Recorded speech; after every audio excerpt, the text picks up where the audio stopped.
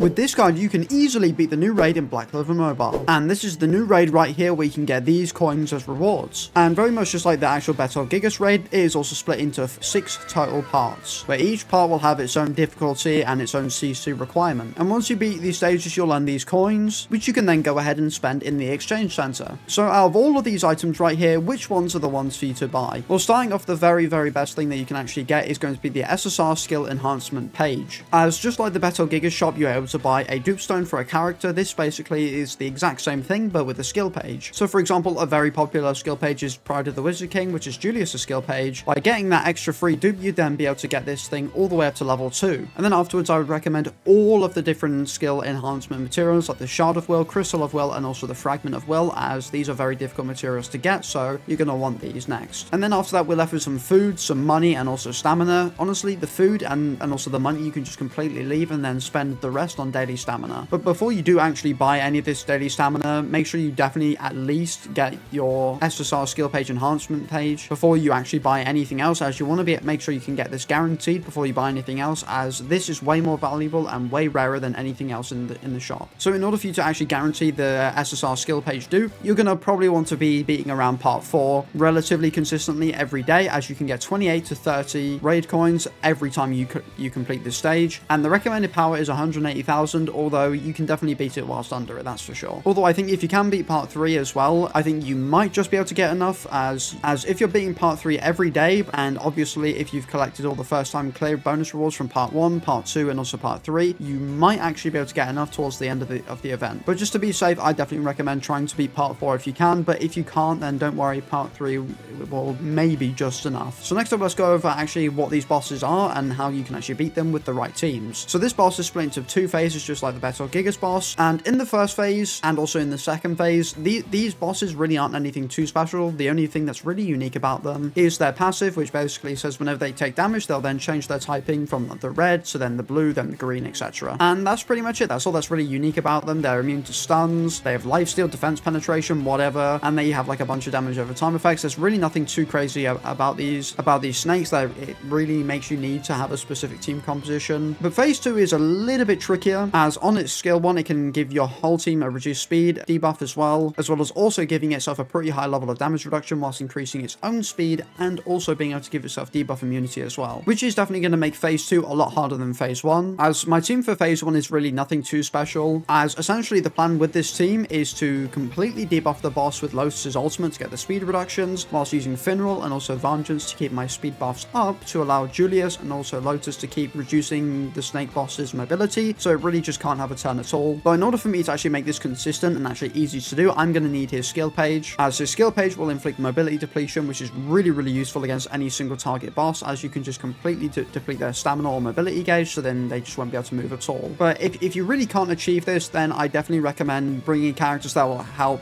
you keep your characters like Lotus and also Julius alive. So pretty much any healer or any tank in the game will all be really useful, or just any other DPS characters to really help increase your damage, so you can take them out as quick as you possibly can. And then on to phase 2, which is where you're going to be probably struggling the most, which is probably where you want to have all of your power go to. And for this team, I've pretty much just gone for like a relatively standard PvE team of Mars, Season 1 Mimosa, Season 2 Noelle, and also Season 1 Asta. As considering the phase 2 of this boss has pretty high amounts of damage reduction and also speed and stuff, you're going to want to be able to do as much damage as you possibly can, which is why someone like Asta is always really great, as well as like any other single target DPS like Ryo will be great, as well as the red regular Yami as well is also going to be really good. You can also use Jack the Ripper, or if you actually pull for him, you can also use Kiato. Kiato will also be very good. And then for the rest of the characters in this team, Mars is here just to draw damage, and then Mimosa is here to heal all the damage, as well as Noelle is here to also just do a good amount of damage whilst also shielding the rest of my team. So that's pretty much it. So I'm going to go ahead and we're going to try and beat part 4. This will be my first ever time actually attempting this. I'm kind of just hoping that I can beat this, because if I can't, then this is going to be tricky. Okay, so here we are. This is the very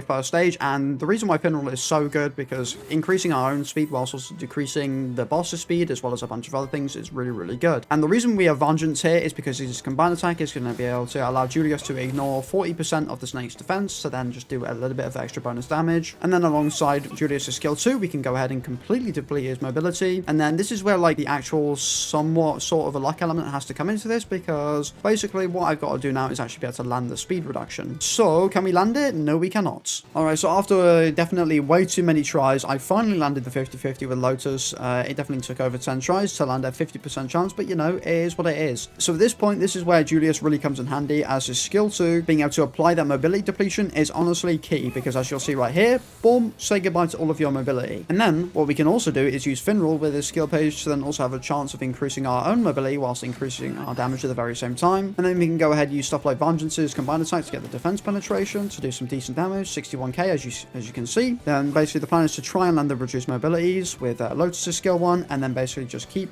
spamming the reduced mobilities, as we can also do with Julius's ult as well. Buff everyone's speed again, try and reduce the mobility. We miss it, that's fine. We can go ahead and buff Julius to make him stronger and faster, get some extra damage, 45k, not bad. Keep speeding up, and then by the time the enemy even has a chance of acting again, we can go ahead and deplete its mobility again. And then we can just go ahead and finish it off, and we'll be ready to go into the next phase. So here we are, and I've gone ahead and brought Mars, because Mars's LR passive is honestly crucial for this, because Mars's LR passive basically allows us to have a debuff immunity for 1 turn at the start of combat. And the reason why this is so good is that so then we can then avoid the reduced speed level 3 reduction debuff from the actual snake, as the snake will do that on its very first turn, which then means we can go ahead and then just freely do whatever we want without having to worry too much about most things. Now, I did accidentally use my Noelle skill 1 instead of the actual important thing, which is the skill 2, but it's fine. But now we'll go ahead and be able to do a good amount of damage with our Asta right here. 45k is not bad. And there you go. There is it's gone ahead and it's received its debuff immunity, its fortify, and also its speed buff as well. So we've got to make sure we can try and stay alive for as long as possible. So I'm just going to go ahead, heal up with Mimosa, and then we're going to go ahead and take a lot of damage in a couple of turns time. But this is why we have Noelle's skill 2 ready to be used. Although it's going to go ahead and use it in 1 turn, so I might actually just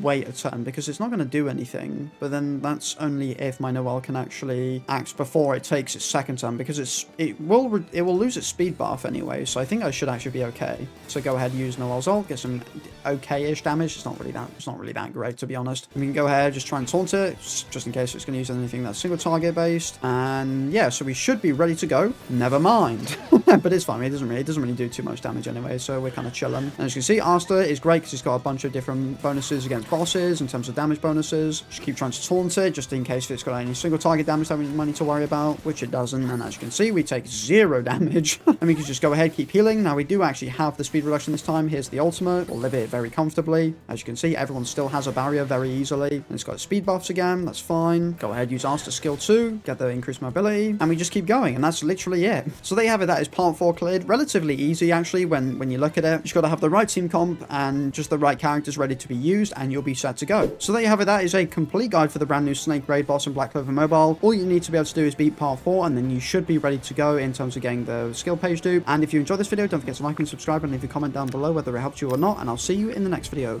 Peace!